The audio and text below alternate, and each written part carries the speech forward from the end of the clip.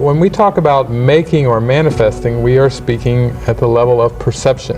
That is where a lot of error comes in when people will say things like, I created this illusion, I created this cancer, I created these circumstances in my life, and so forth. And shame on me. And shame on me. And basically, it's using that word create, it's using that power that comes from the power to create, when actually all perceptions are projections of the ego. And so we could say that all things that seem to occur in the world and all of the world in history are projections and are manifestations. But that's of the ego. It's of the ego. Yeah. You know, people say, the world is so vast. I mean, we're looking at, galaxies and solar systems and black holes, oceans and mountains and so forth. It's like if God didn't create that, then exactly where did it come from? And I say, well, it's just a testimony to how powerful the mind is. That to believe in the impossible, to believe in separation, which is what the ego is, that's really where the so-called Big Bang seemed to occur, was to try to believe in the impossible or to give power to something that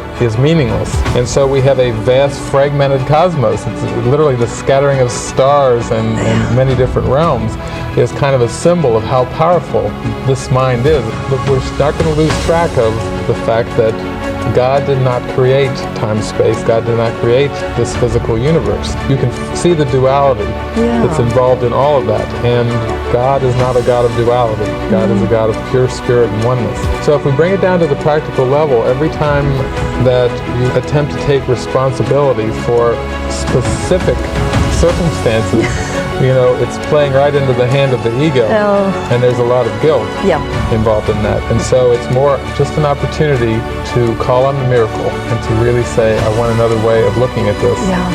Don't have to analyze it, don't have to look back into the past and judge it and figure it out from a linear perspective.